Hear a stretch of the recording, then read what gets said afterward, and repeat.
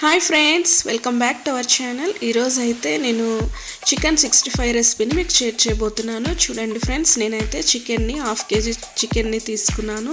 శుభ్రంగా కడిగి పెట్టుకున్న తర్వాత ఉప్పు, పసుపు, అల్లం వెల్లుల్లి పేస్ట్ కలిపి ఫ్రిడ్జ్లో ఒక 1/2 అవర్ పెట్టుకున్నాను.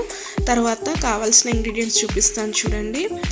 ఉల్లిపాయలు, పచ్చిమిర్చి ముక్కలు, చిల్లీ ఫ్లేక్స్, చికెన్ మసాలా, అల్లం వెల్లుల్లి పేస్ట్, కొత్తిమీర, కరివేపాకు, పెరుగు, నిమ్మకాయలు, క్యాప్సికమ్, ఫుడ్ కలర్, కార్న్ఫ్లోర్, మైదా అన్నమాట. చూడండి, ఇప్పుడు చికెన్లో మనము ఉప్పు, పసుపు ముందే కలుపుకున్నాం కాబట్టి పసుపు, ఉప్పు చూసుకొని వేసుకోవాలి. తర్వాత కారం, అల్లం వెల్లుల్లి పేస్ట్ కూడా వేసుకున్నాం కాబట్టి చూసుకొని వేసుకోవాలి. Chicken masala, chilli flakes, cornflour, maida వేసుకోవాలి.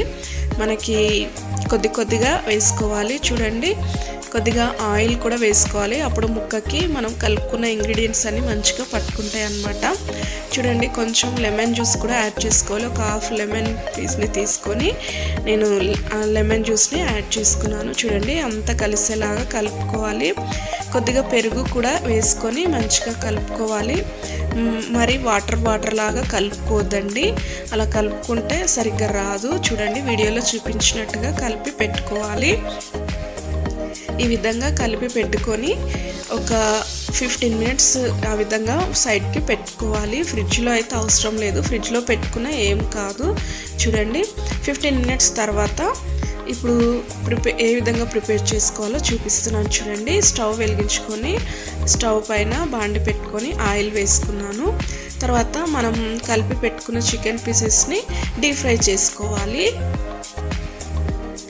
సేమ్ మనకు బయట చికెన్ 65 ఏ విధంగా దొరుకుతుందో అలానే ఉంటుంది. నేను చూపించినట్టుగా ఒక్క క్లిప్ కూడా మిస్ చేయకుండా మీరు ట్రై చేయండి. చూడండి, ఈ విధంగా వచ్చేలాగా ఫ్రై చేసుకోవాలి, డీప్ ఫ్రై చేసుకోవాలి.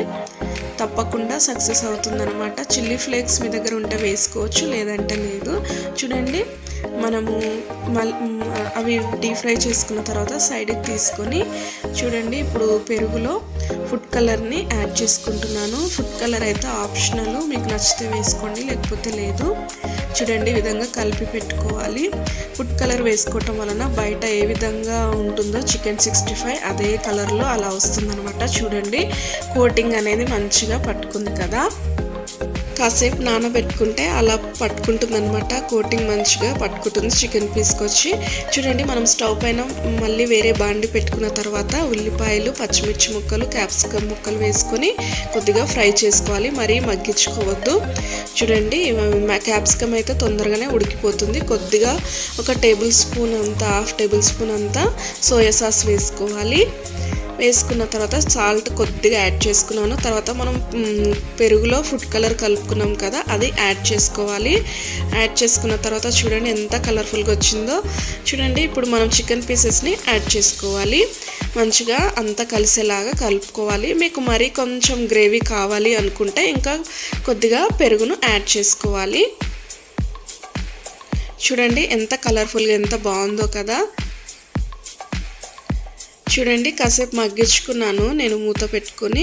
తర్వాత ఇప్పుడు కరివేపాకు, కొత్తిమీర యాడ్ చేసుకోవాలి. యాడ్ చేసుకొని మళ్ళీ మంచిగా కలుపుకొని కాసేపు మగ్గించుకోవాలి. చూడండి, చాలా సూపర్గా, చాలా మంచి టేస్ట్ వచ్చిందండి. నిజం చెప్తున్నాను, నేను ఫస్ట్ టైం ట్రై చేశాను, నా సొంతంగా ట్రై చేశానండి. చూడండి, కొత్తిమీరతో గార్నిష్ చేసుకొని ఆనియన్స్తో తింటే సైడ్కి పెట్టుకొని సూపర్ ఉంటుందండి. లెమన్ పెడదాం అనుకున్నాను, మంచిగా అనిపించలేదు.